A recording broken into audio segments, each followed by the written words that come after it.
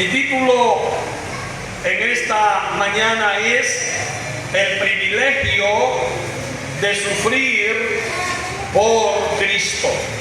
Apocalipsis 1:9 dice así, hermanos: yo, Juan, hermano de ustedes y compañero en el sufrimiento, en el reino y en la perseverancia que tenemos en unión con Jesús, estaba en la isla de Patmos por causa de la palabra de Dios y del testimonio de Jesús. Vivimos en tiempos donde muchos desean una fe cómoda, sin costo, sin cruz y sin confrontación.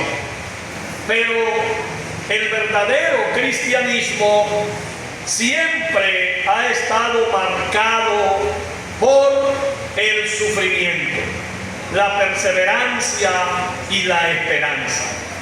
El apóstol Juan ya estaba anciano, estaba desterrado en la isla de Patmos, y allí nos muestra que la fidelidad al Señor no siempre se premia con reconocimientos humanos, sino con el privilegio de participar en los padecimientos de Cristo y en la gloria de su reino.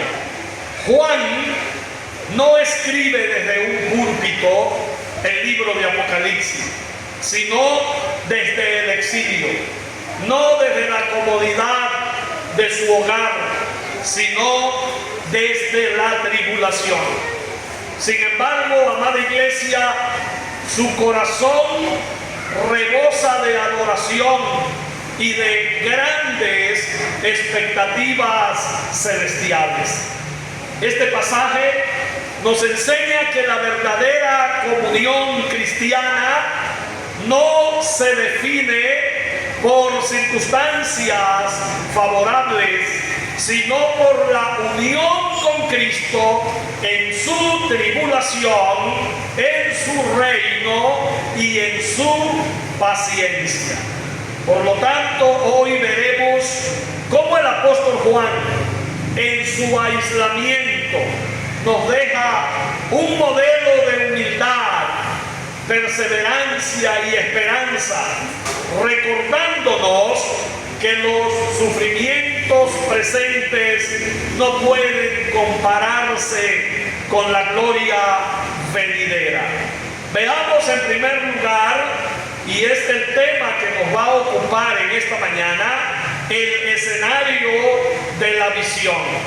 Dice el texto en la Reina Valera 1960: yo, Juan, vuestro hermano y copartícipe vuestro en la tribulación, en el reino y en la paciencia de Jesucristo, estaba en la isla llamada Patmos por causa de la palabra de Dios y el testimonio de Jesucristo. Yo estaba en el Espíritu en el día del Señor, y oí detrás de mí una gran voz como de trompeta que decía: yo soy el Alfa y la Omega, el primero y el último.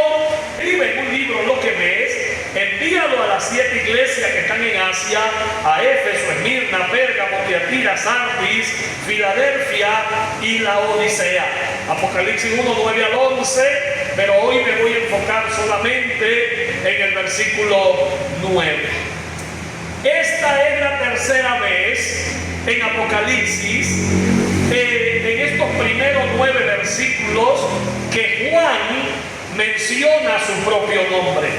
La primera vez lo tenemos en el versículo 1 y la segunda vez en el versículo 4. Aquí Juan está mencionando su nombre cuando dice: yo, Juan.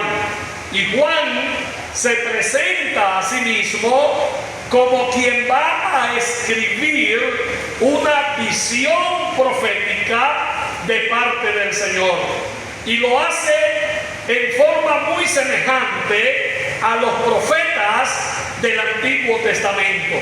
En Daniel, por ejemplo, capítulo 7, versículo 28 dice: aquí fue el fin de sus palabras. En cuanto a mí, Daniel, vemos que Daniel da su nombre, mis pensamientos me turbaron y mi rostro se demudó, pero guardé el asunto en mi corazón. Y en Daniel capítulo 8, versículo 1, una vez más se da el nombre del que escribe. Dice: en el año tercero del reinado del rey Belsasar, me apareció una visión a mí, Daniel, después de aquella que me había aparecido antes. En el Antiguo Testamento los profetas, antes de comenzar su relato, daban su nombre. Vamos a leer siempre en los escritos proféticos, dice: visión que vino a Ezequiel. Siempre vamos a ver el nombre del escritor humano al principio de su libro. Bueno, algo así hace Juan el Evangelista. Pero esta vez Juan lo hace porque estaba asombrado al recibir la visión que le hizo añadir su nombre personal: yo, Juan. Él estaba maravillado por lo que estaba observando.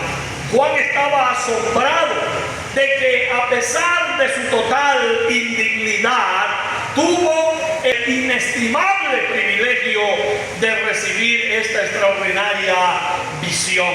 Hay una frase que dijo Martín Lutero: no podemos ascender al cielo sin antes descender al infierno. Es decir, nadie puede establecer una buena relación con Dios hasta que no reconozca su pecado, hasta que no reconozca su indignidad humana, hasta que no se arrepienta de sus transgresiones.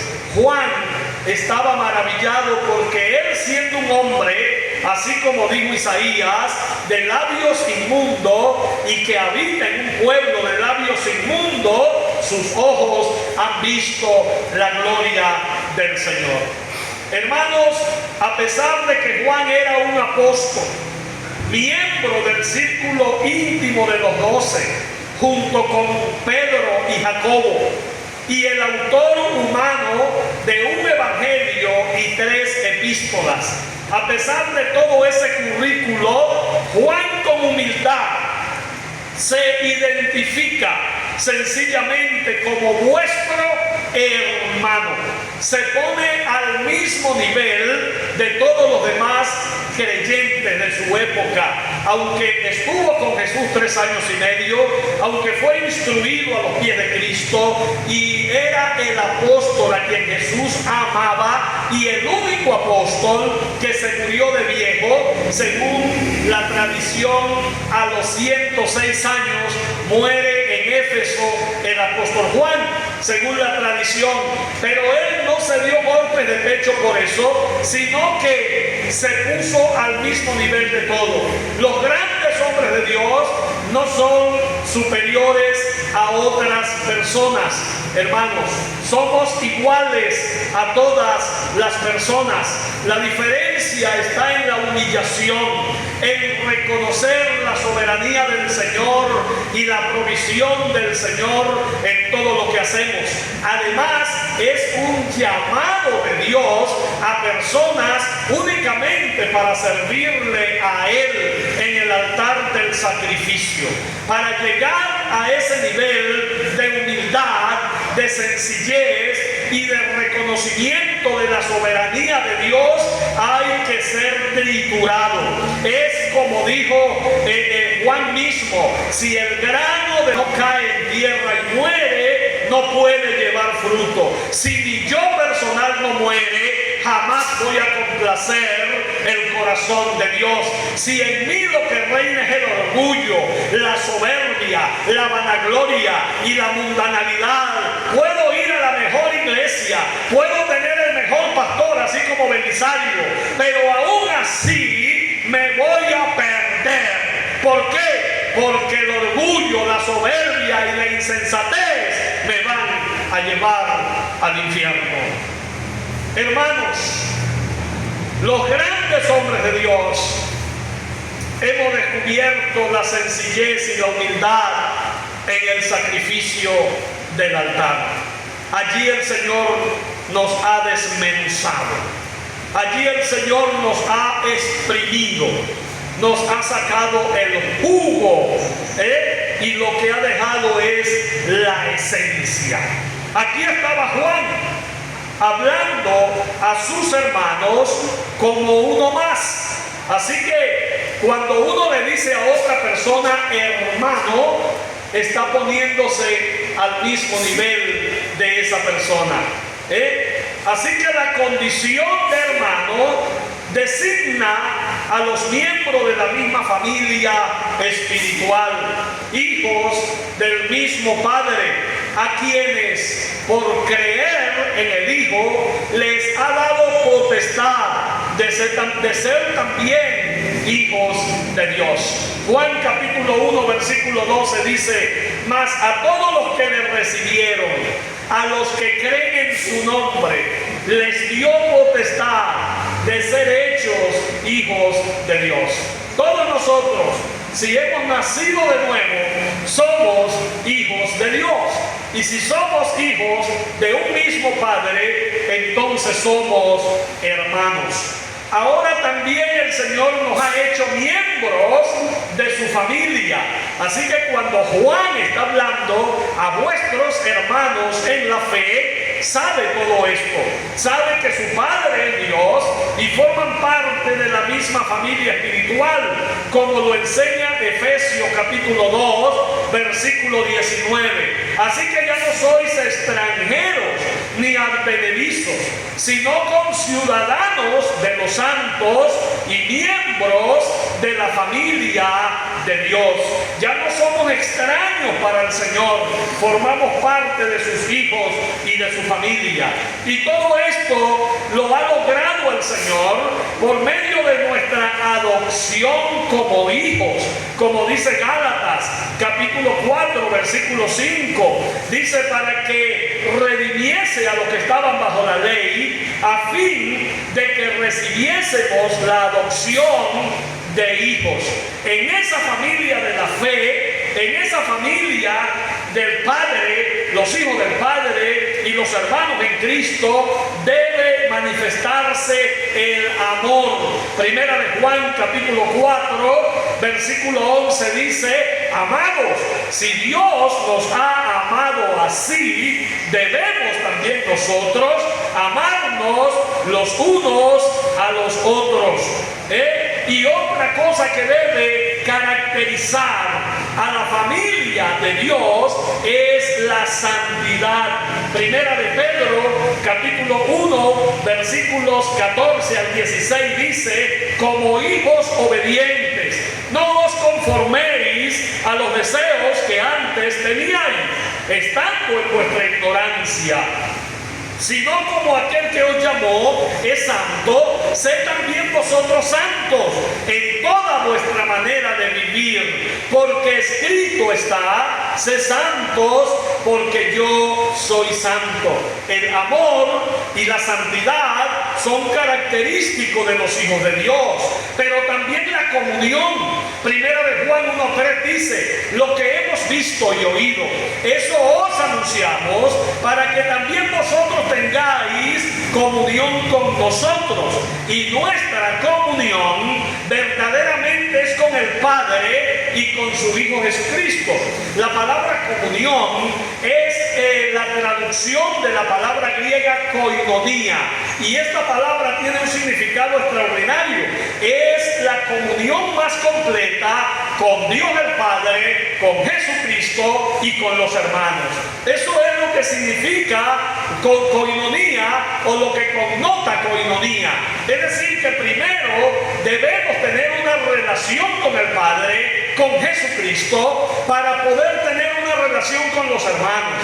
Si yo no estoy orando, si yo no estoy estudiando la Biblia, si yo no estoy viviendo la santidad del Evangelio, entonces cuando venga a la iglesia voy a ver a aquel que me está viendo mal, aquel no me saludó, aquel me pasó bien lejos, aquel hizo esto o aquello. Vamos a ver los errores de los hermanos, Y por supuesto que son muchos. Todos tenemos errores porque somos seres humanos. Ahora, ¿quién es el que anda viéndole la vida a los demás? Aquellos que no tienen una buena relación con el Padre y con su Hijo Jesucristo. Necesitamos cultivar esa relación con el Padre y con su Hijo Jesucristo para que la relación entre los hermanos sea fluida y una bendición.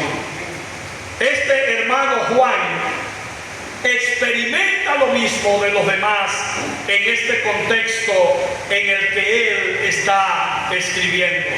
Juan no escribió como alguien impresionado con su autoridad como apóstol, que ordena, que exhorta o que define doctrina, sino como un testigo de la revelación de nuestro Señor Jesucristo, que comienza a revelarle a él esta maravillosa visión. Juan estaba mostrando gran humildad. Se identifica con sus lectores, describiéndose además como copartícipe de ellos, compartiendo con ellos ante las tribulaciones. La palabra sunkoinonos en tetrixis, que es la palabra griega que se traduce compañero de tribulaciones. Al igual que ellos, en aquel momento el apóstol Juan estaba sufriendo una severa persecución por la causa de nuestro Señor Jesucristo, habiendo sido desterrados con otros que eran delincuentes. De esta forma, él podía identificarse con los aquejados creyentes a quienes él escribía, ya que el contexto era de persecución. Estaba gobernando Domiciano, un emperador romano terrible, enemigo del evangelio, que estaba apresando a cuantos cristianos se le atravesaba en el camino. Los lanzaba en el anfiteatro o los enviaba prisioneros a lugares desérticos, como el caso de Juan en la isla de Patmos. Todos estaban sufriendo la misma persecución y Juan estaba preso no por ser un delincuente, sino por ser un predicador fiel de la palabra del Señor. Hay 4 características que Juan y sus lectores creyentes tenían en común y se las quiero compartir para que ustedes comprendan lo que Juan dijo cuando dijo copartícipe en sus tribulaciones. La primera característica era persecución por su fe. Todos estaban siendo perseguidos por ser cristianos. La segunda característica, pertenencia a la comunidad de redimidos sobre la cual Cristo sirve como Señor y como Rey. Ellos formaban parte de la iglesia y la iglesia es el reino de nuestro Señor y Salvador Jesucristo. La tercera característica es anticipación anhelante de la gloria de su reino milenario que vendrá a la tierra. Ellos estaban esperando al Señor que iba a venir a establecer su reino milenario acá en la tierra. Y todos ellos como cuerpo de Cristo iban a disfrutar de esa bendición. Y de hecho disfrutaremos de esa bendición en su momento. La cuarta característica es resistencia y perseverancia a pesar de los tiempos difíciles. Hermanos, ellos estaban viviendo un momento crucial. Era mucha persecución, tenían que estar escondidos, eran muchos problemas los que estaban enfrentando los primeros cristianos, pero ellos resistían. No se desmayaban, iban hacia adelante, perseveraban a pesar de las circunstancias difíciles. Igualmente nosotros, como hermanos de Juan, a pesar de las circunstancias que puedan haber en nuestra vida, no debemos desmayar, debemos seguir avanzando en el glorioso evangelio. El sustantivo griego trixis que Juan usa aquí expresa un intenso conflicto, angustia o tribulación. Es una palabra que etimológicamente contiene el sentido de oprimir, de aplastar, de apretar. De ahí que tenga la connotación de afligir. Cuando Juan dice compañero en las tribulaciones, entonces tenemos el sustantivo trixis. Estaba, en otras palabras, dando a entender que aunque las circunstancias lo aplastaran, aunque los problemas, los conflictos, las angustias y las tribulaciones lo trituraran, él iba a seguir firme en su creencia al Señor.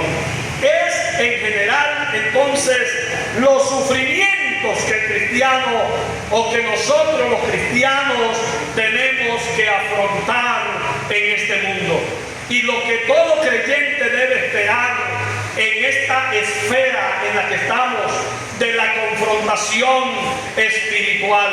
Hermanos, en el Evangelio tenemos felicidad en Cristo. En el Evangelio tenemos la paz de Cristo. Pero la paz de Cristo, del griego eirene, no es ausencia de conflictos o de problemas. No, esa paz y ese gozo que sobrepasa todo entendimiento humano ya está en nosotros. Pero vamos a tener dificultades, vamos a tener enfermedades, incluso vamos a morir enfermos, vamos a tener problemas diversos en esta vida, no vamos a escapar de las circunstancias difíciles, también van a haber problemas familiares, también van a haber pleitos con los hijos, también nos van a salir algunos muchachos rebeldes que no quieren seguir al Señor. Vamos a experimentar todas las cosas que experimenta la familia en este mundo. Lo único que no vamos a estar es en pecado. Pero Juan 6:33 nos da una promesa, y es una promesa que muy poca gente le gusta. A nosotros nos gustan las promesas de grandeza, de felicidad, de tranquilidad, de paz, de riqueza y de bienestar. Pero aquí hay una promesa. En Juan 16:33 dice: estas cosas os he hablado para que en mí tengáis paz. Aquí viene la promesa. En el mundo tendréis aflicción, pero confiad, yo he vencido al mundo. Ese evangelio que están predicando por allí, que dicen ven y arrepiéntate para que se acaben tus problemas, eso es falso. No van a seguir las circunstancias difíciles. Van a haber momentos tristes en nosotros. Tenemos a Dios, sí tenemos a Dios, pero vamos a llorar con Él. Van a haber momentos de tristeza y de aflicción en nuestra vida. Pero todo lo que podamos vivir aquí, eso no es comparado con la gloria venidera que disfrutaremos eternamente con el Señor. Esa es la promesa de Cristo. En el mundo tendréis aflicción. Pero al mismo tiempo nos hace un llamado, una invitación.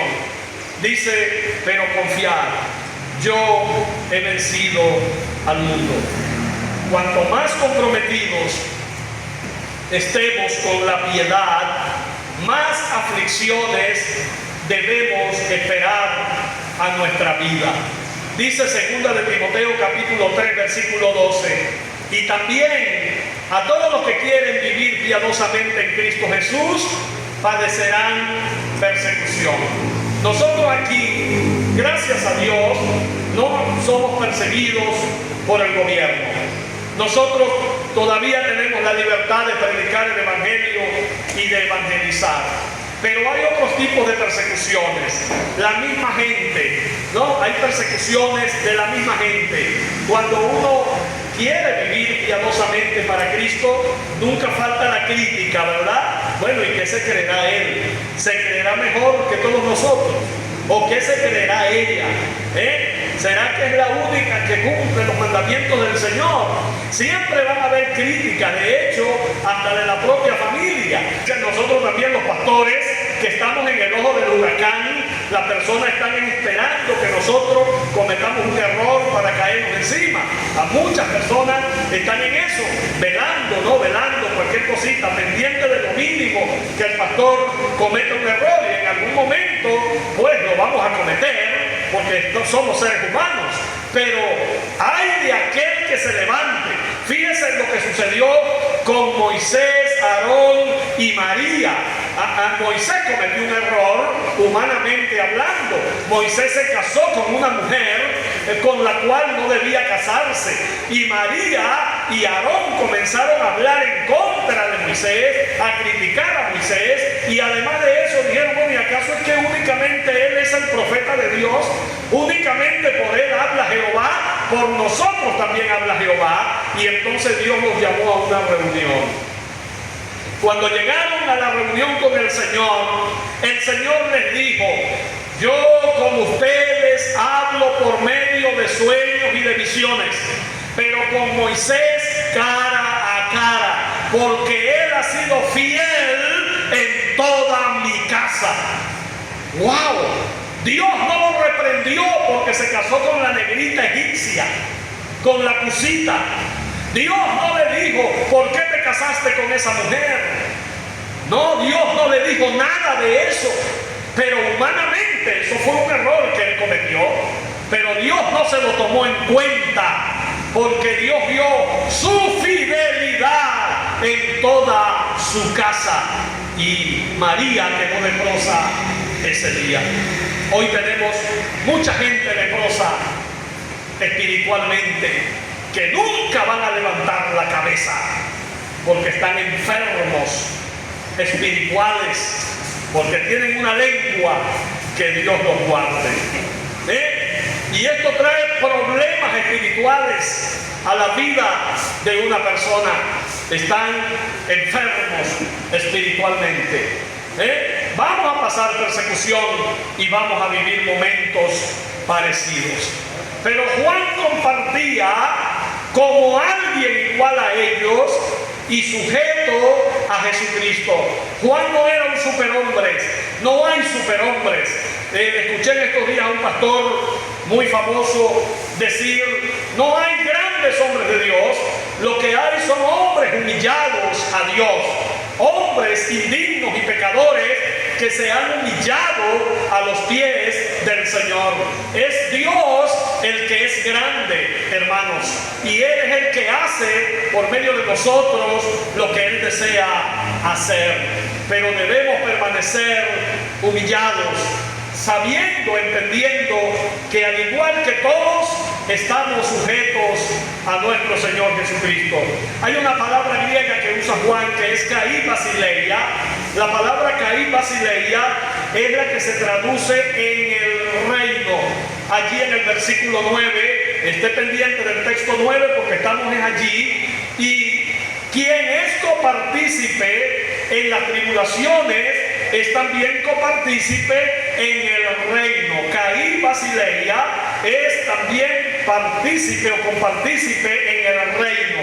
Así que cada creyente nacido de nuevo es trasladado al reino de nuestro Señor Jesucristo. Cuando una persona nace de nuevo, que se convierte al Señor por un milagro de la gracia de Dios, entonces esa persona es trasladada del reino de las tinieblas al reino de Jesucristo. Eso es lo que dice el apóstol Pablo en Colosenses capítulo 1 versículo 13, cuando dice: el cual nos ha librado de la potestad de las tinieblas y trasladado al reino de su amado Hijo. Esto sucede en el momento de una conversión sincera y verdadera. Sin duda, este reino es el reino del Mesías, que Pablo llama el reino de Cristo, y cuya expresión en el presente se manifiesta en la iglesia. Nosotros estamos bajo el señorío de Cristo. Los que están en pecado están bajo el señorío del diablo. Los impíos están bajo el señorío del diablo. Pero los que estamos en Cristo estamos bajo el señorío de Cristo. El reinado de Cristo. Ese reino escatológicamente tendrá otras manifestaciones.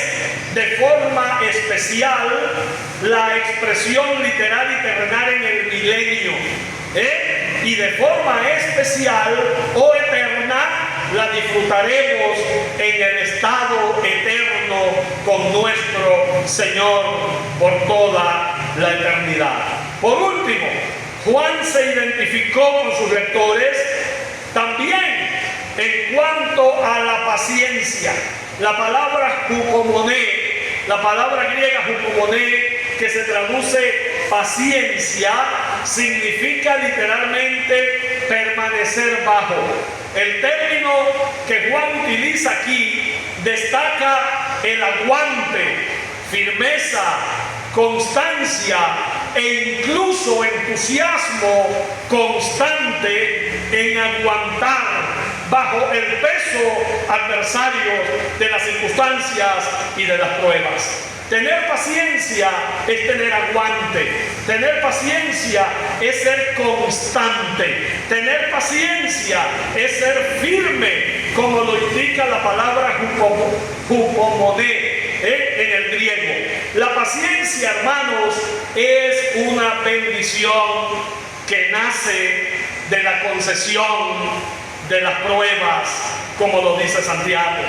Las pruebas son importantes. Santiago capítulo 1 versículos 2 y 3 dice: hermanos míos, tened por sumo gozo cuando os halléis en diversas pruebas, sabiendo que la prueba de vuestra fe produce paciencia. Si no somos probados, no vamos a cultivar la paciencia. Así que las pruebas son el crisol que Dios usa para fortalecer la fe del creyente. Primera de Pedro capítulo 1 versículos 6 y 7 dice: en lo cual vosotros os alegráis, aunque ahora por un poco de tiempo, si es necesario, tengáis que ser afligidos en diversas pruebas. Escucha lo que viene: para que sometida a prueba vuestra fe, mucho más preciosa que el oro, el cual, aunque perecedero, se prueba con fuego, sea hallada en alabanza, gloria y honra cuando sea manifestado Jesucristo. De manera que compartir la paciencia con los otros hermanos significa dos cosas. Número uno, que la aflicción es algo generalizado. Todos en algún momento nos va a llegar la prueba. Todos los que somos de Dios en algún momento vamos a ser probados. Primera de Pedro capítulo 4 versículos 2 y 13 dice: amados, no os sorprendáis del fuego de prueba que os ha sobrevenido, como si alguna cosa extraña os aconteciese, sino gozaos, por cuanto sois participantes de los padecimientos de Cristo, para que también en la revelación de su gloria os gocéis con gran alegría.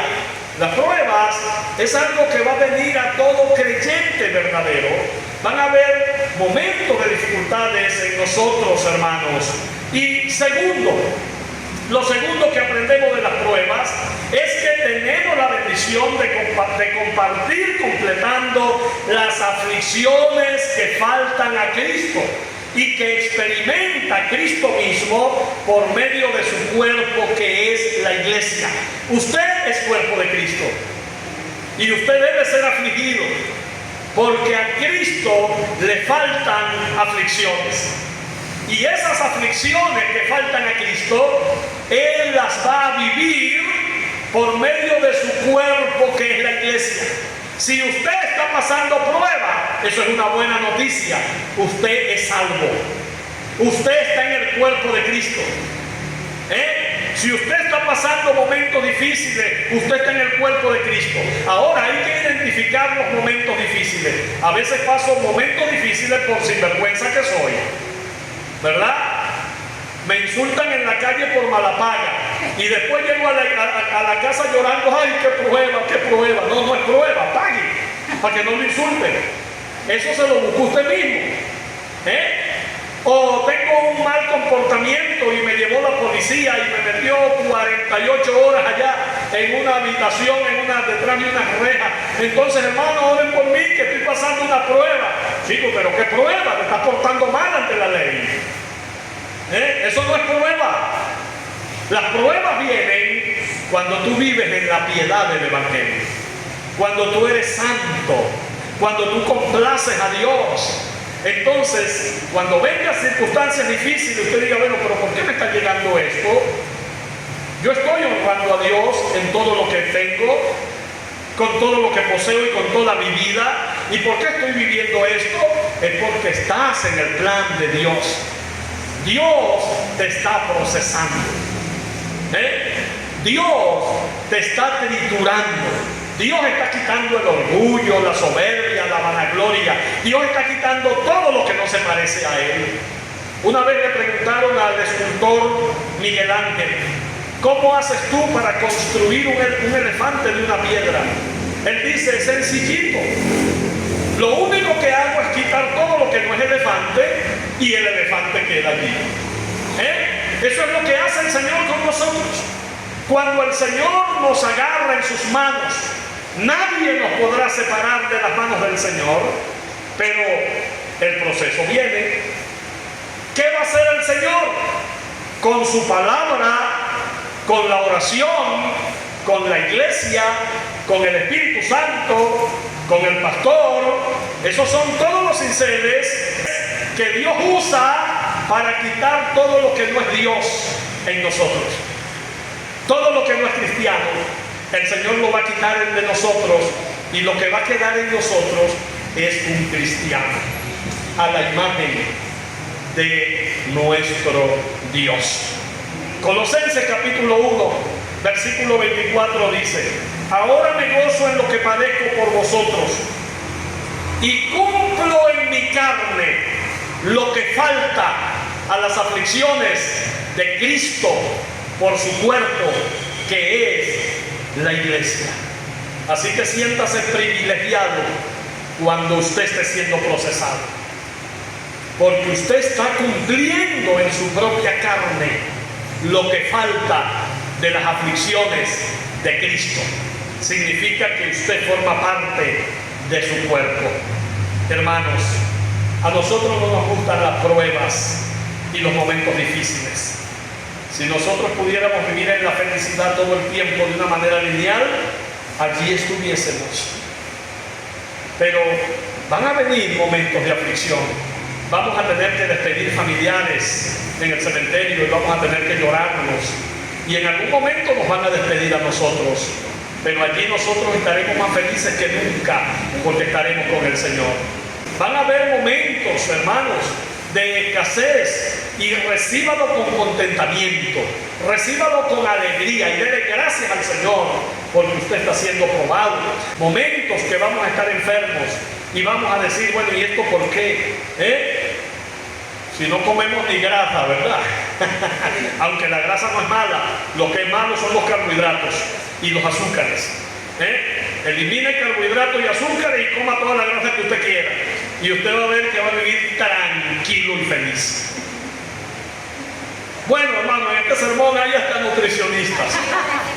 Ahora, lo que vemos aquí, que las aflicciones compartidas con nuestros hermanos son también una concesión de la gracia que da la bendición de la salvación, y esta bendición de la salvación que tenemos nos concede el sacrificio o el sufrimiento por Cristo. Esto es lo que dice Pablo en Filipenses 1:29: porque a vosotros os es concedido a causa de Cristo no solo que creáis en Él, sino también que padezcáis por Él. Vamos a padecer por Cristo en esta vida. La paciencia con que se soportan las aflicciones viene de la palabra griega kai hupomone en Jesús. Es la palabra griega que se traduce la paciencia de Jesús. El texto recepto le añadió Cristo. No dice Jesucristo. En el texto suyo sí dice Jesucristo. En la Reina Valera 1960. Porque aquí en el griego aparece Kai Hupomone en Jesús. No aparece Cristo. Apareciera en Jesús, Cristo. Pero solo es en Jesús. Cristo fue añadido, pero no está mal, porque Jesús es Cristo. Pasa que son significados diferentes. Jesús es el Salvador y Cristo es el Mesías o el ungido. Entonces, es Kai Hupomone en Jesús. Esto significa la paciencia de Jesús. Es decir, la capacidad que recibimos para soportar no proviene de nosotros, proviene de la comunión vital con Jesús. Es Jesús, es el Señor que nos da la fortaleza para soportar las aflicciones, las pruebas. Es Jesús. Ahora cabe una pregunta. ¿Y cuando un evangélico se descarría porque no aguantó la prueba? Eso no sucede. Eso no sucede. Cuando una persona no aguanta la prueba, es porque no era una prueba de parte de Dios. Cuando la prueba viene de parte de Dios, Dios está contigo. Es en la fuerza de Cristo que somos probados. Y Dios no te va a tentar más allá de lo que tú puedes soportar. ¿Usted sabe qué es lo que pasó allí? Cuando de tu propia concupiscencia fuiste atraído y seducido. Y la concupiscencia, después de haberse materializado, dio a luz la muerte espiritual. No es Dios, eres tú. Tu carnalidad, tu mundanalidad es lo que te llevó nuevamente atrás. Ahora yo voy a ser un poco más estricto.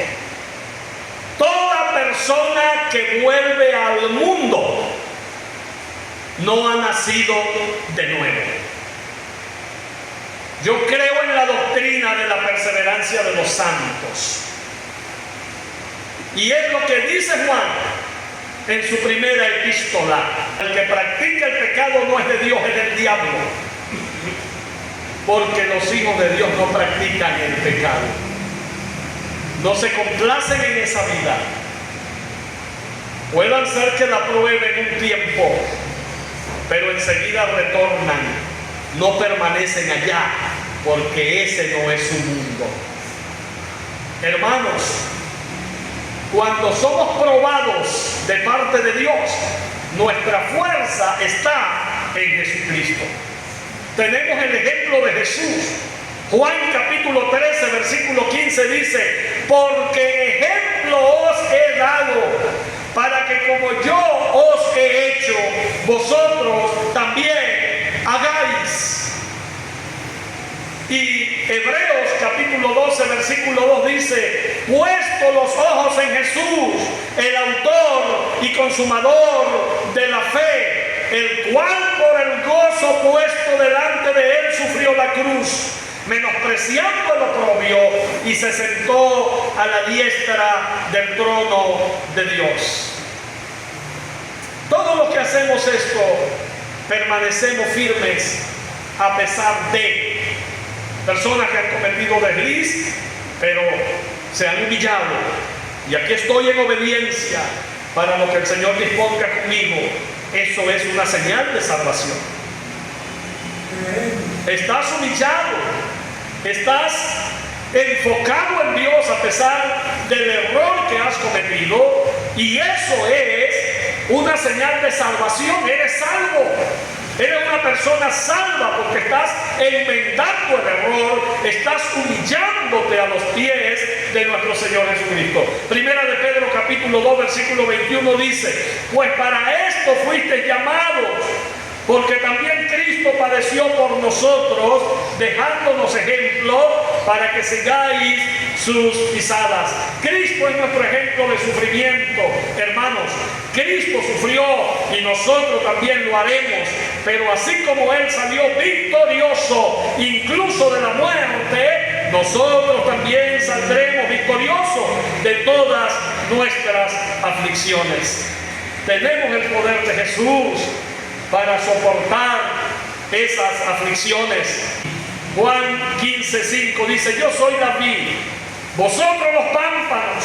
El que permanece en mí y yo en él, este lleva mucho fruto, porque separados de mí nada podéis hacer. Hermanos, mientras estemos unidos a Cristo, es imposible que las pruebas, las aflicciones y las tentaciones nos saquen de su foco, ni las enfermedades podrán con nosotros, porque Cristo está con nosotros. Filipenses capítulo 4, versículo 13 nos habla del poder de Jesús para nosotros vencer todo lo que se nos ponga delante. Todo lo puedo en Cristo, decía el apóstol Pablo, que me fortalece. Y Pablo lo dijo en un contexto de prisionero. Estaba preso cuando dijo estas palabras. La paciencia del cristiano es el resultado de vivir en Cristo. Si vivimos en Cristo, somos pacientes. Filipenses 1:21, porque para mí el vivir es Cristo y el morir es ganancia. Cristo es nuestro ejemplo en todo. Cuando Juan recibió esta visión, hermano, Juan estaba desterrado en la isla llamada Patmos. Patmos es una isla desértica y volcánica en el mar Egeo, que tiene unos 15 kilómetros de largo y unos 10 kilómetros de ancho. Está situada a unos 64 kilómetros de la costa de Mileto, una ciudad en Asia Menor, y a unos 48 kilómetros de Éfeso. Según el historiador romano Tácito, el destierro a tales islas era una forma común de castigo en el primer siglo, y quien más usó estas islas como castigo fue Domiciano, el emperador Domiciano. A Juan se le envía a esa isla llamada Patmos, no como un delincuente, sino como un cristiano que fue acusado de pertenecer a una secta religiosa ilícita y muy peligrosa. Así era considerado el cristianismo en el siglo I. Las condiciones en las que Juan vivía habrían sido muy duras. Él tenía un trabajo extenuante bajo la vigilancia y látigos de un capataz romano, comida y ropa insuficientes, y el tener que dormir sobre el suelo descubierto era fatal para un anciano de 90 años, que era la edad aproximada que tenía Juan cuando estuvo en esa isla. Fue en esa sombría y desértica isla, bajo esas brutales condiciones, que el apóstol Juan recibió la revelación más extensa que se haya ofrecido sobre el futuro de la humanidad. El único delito de Juan para estar preso era la fidelidad a la palabra de Dios y el testimonio de Jesús. Eso lo dice el versículo 9. Léanlo en la última parte. Allí está la causa de su prisión. Una vez más, el texto recepto añade la palabra Cristo al final, pero es Jesús. Juan sufrió el destierro por ser un predicador fiel, inequívoco e inflexible del Evangelio de Jesucristo. En estos días murió el pastor John MacArthur. El pastor John MacArthur fue un predicador fiel de la palabra de Dios, acusado, señalado por falsos predicadores y por falsos evangélicos. Fue difamado muchas veces, pero él nunca cambió el mensaje. Siguió siendo un fiel predicador. Y cuando muere, uno de sus detractores dijo: murió un gran hombre de Dios. A pesar de que lo atacaban, reconocían que era un gran hombre de Dios.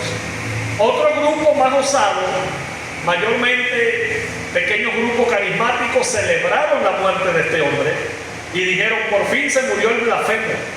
Pero de aquí a 100 años se hablará de MacArthur como uno de los grandes teólogos del siglo XX y mediados del siglo XXI. Dios honró la vida de este hombre y Dios lo seguirá honrando porque sus obras continuarán con él. ¿Qué quiero decir con esto? Que todos los predicadores fieles, así como Juan, fieles a la palabra, inflexibles con el pecado, que predican la palabra inequívocamente, llevando la palabra como Dios nos la dio, vamos a sufrir persecución. Esto no es ser favorito, hermanos. Favoritos son esos predicadores que quieren hacer show, que andan soplando a la gente, que andan echando de aceite, que andan echando de sal, que andan echando de todo, que andan vendiendo hoja del monte de los olivos, que andan vendiendo agua del río Jordán. Aquellos que andan profetizando, esos sí son famosos, esos sí son favoritos. Pero los que predicamos el evangelio sabemos que no vamos a ser favoritos y que muy rara vez vamos a ser famosos. ¿Por qué? Porque somos inflexibles con la predicación del evangelio.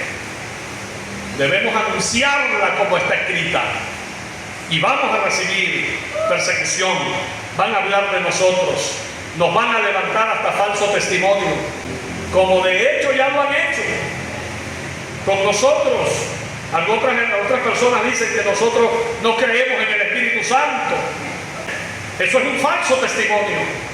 Y el que ande corriendo esa voz está levantando falso testimonio, porque si alguien cree en el Espíritu Santo, como lo dice la Biblia, y defiende las obras del Espíritu Santo, como lo dice la Biblia, somos nosotros. No creemos en el Espíritu Santo porque no andamos formando alboroto, no andamos dando vuelta en el suelo, no andamos quebrando sillas, por eso, ni andamos hablando disparates. No, no es eso. La obra del Espíritu Santo está en la Biblia y esa es la obra del Espíritu Santo, no hay otra más, es esa. Entonces, Juan estaba preso por ser un fiel predicador del evangelio. No estaba desterrado por rebeldía a las autoridades romanas, sino por ser un creyente. Juan no fue a la isla a evangelizar, aunque probablemente lo hizo. Lo llevaron preso a la isla porque evangelizaba. Es notable observar, hermanos, que el evangelio es palabra de Dios. Es decir, un mensaje que proviene de Dios y que debe ser proclamado sin alteración alguna por los predicadores de su palabra. Gálatas capítulo 1, versículo 11 y 12 dice más: os hago saber, hermanos, que el evangelio anunciado por mí no es según hombre, pues yo ni lo recibí ni lo aprendí de hombre alguno, sino por revelación de Jesucristo. Hermanos, cualquier alteración al evangelio convierte el mensaje en una maldición. Eso es lo que dice Gálatas 1, 8 y 9. Dice más: si aún nosotros o un ángel del cielo os anunciare otro evangelio diferente del que os hemos anunciado, sea anatema, sea maldito, o caiga sobre él la maldición del cielo. Imagínense, hermanos, como antes hemos dicho, dice Pablo, también ahora lo repito, lo afirmó nuevamente: si alguno os predica diferente evangelio del que habéis recibido, sea anatema. Nosotros tenemos que predicar esta palabra con fidelidad, sin concesiones, sin acomodarla a nuestro antojo o a nuestra visión humana. No podemos hablarle a la Biblia, tiene que ser la Biblia que nos hable a nosotros. Y por eso es que tenemos tantas creencias hoy. El Evangelio, por tanto, es un mensaje bíblico y doctrinal. Y esto entra en confrontación directa con un evangelio relajado que se predica muchas veces, donde el contenido de la palabra y la exposición de la verdad bíblica es sustituida por opiniones humanas, por experiencias humanas y pensamientos humanos. Tal evangelio puede producir emociones, pero no produce conversiones. Y ese evangelio abunda en estos lugares. Abunda en América Latina este tipo de evangelio, este otro evangelio, lleno de opiniones humanas, lleno de pensamientos humanos y lleno de experiencias humanas. Juan fue fiel cuando ser fiel significaba ser rechazado. Fue constante cuando las circunstancias eran insoportables. Y fue paciente cuando parecía que el reino demoraba en llegar. Hermanos, esa es la misma fe que Cristo espera de su iglesia hoy. La fe de Juan y la fe de los hermanos primitivos. Hoy vivimos en una generación que busca glorificación inmediata y la iglesia no escapa de eso. Pero la paciencia de Jesucristo nos llama a permanecer firmes aunque estemos bajo presión. Nos enfrentamos a una cultura que ridiculiza la verdad, pero el testimonio de la palabra sigue siendo el mismo que llevó a Juan al destierro. El evangelio no puede ser modificado, el evangelio no puede ser suavizado, ni puede ser adaptado al gusto del mundo, porque el evangelio no es de este mundo, no se parece a este mundo. Así como Juan fue copartícipe en la tribulación, nosotros también debemos aceptar que el discipulado verdadero implica un costo y tenemos que pagarlo. Así como él fue copartícipe en el reino, debemos recordar que nuestro destino final no está en esta tierra, sino en la gloria del Rey eterno. Y así como él fue copartícipe en la paciencia de Jesucristo, debemos aprender a soportar con gozo las pruebas, sabiendo que éstas producen una fe más pura y más fuerte. Ahora, ¿qué debemos hacer para aplicar este mensaje a nuestras vidas? Número 1, persevera con gozo. Sea lo que sea, venga lo que venga, persevera con gozo. No hables, no te quejes, no murmures, persevera con gozo, en silencio delante del Señor. Las pruebas no te van a destruir, las pruebas te van a purificar y te van a engrandecer. Número 2, defiende la verdad con fidelidad. Aunque la cultura la rechace, el evangelio sigue siendo poder de Dios para salvación a todo aquel que cree. No tengas concesiones para congraciar con alguien. Habla la verdad de la palabra de Dios. Número 3, recuerda tu esperanza eterna. Todo sufrimiento tiene sentido a la luz del reino venidero.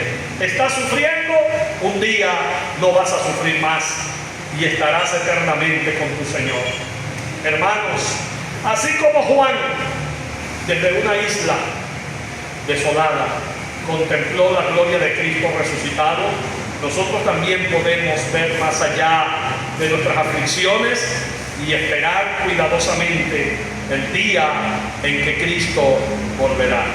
Apocalipsis 2:10 dice: sé fiel hasta la muerte y yo te daré la corona de la vida. Oremos. Señor nuestro Dios y Padre, te doy gracias porque en tu infinita gracia nos has hecho partícipes de Cristo, de su tribulación, de su reino y de su paciencia. Gracias porque en medio de las pruebas tú nos recuerdas, Señor, que el sufrimiento no es una señal de tu ausencia, sino una evidencia de tu propósito. Ayúdanos, Padre, a mantenernos firmes, como lo hizo tu siervo Juan, fiel en el destierro, constante en la esperanza y humilde ante tu gloria. Enséñanos a no buscar la comodidad, sino la conformidad con Cristo. Enséñanos a no temer a la oposición, sino a confiar plenamente en tu soberanía, a no desmayar en las tribulaciones, sabiendo que producen en nosotros un eterno peso de gloria, como dice tu palabra. Señor, hoy te pido como pastor de esta iglesia que purifiques a tu iglesia, que purifiques esta iglesia. Líbranos de un evangelio diluido, líbranos de un evangelio superficial, centrado en el hombre, centrado en nosotros. Danos convicción, Padre, danos valor y fidelidad para proclamar tu palabra con claridad y sin concesiones, y que lo hagamos hasta el día en que el Rey de Reyes aparezca y todo ojo lo vea, o hasta que nosotros vayamos a ti. Que tu Espíritu Santo fortalezca a cada creyente que está aquí presente en este día, Señor, para que vivamos no para este mundo, sino para la gloria del que nos llamó de las tinieblas a su luz admirable. En el nombre del Alfa y la Omega, de aquel que fue, que es y que ha de venir, nuestro Señor Jesucristo. Amén.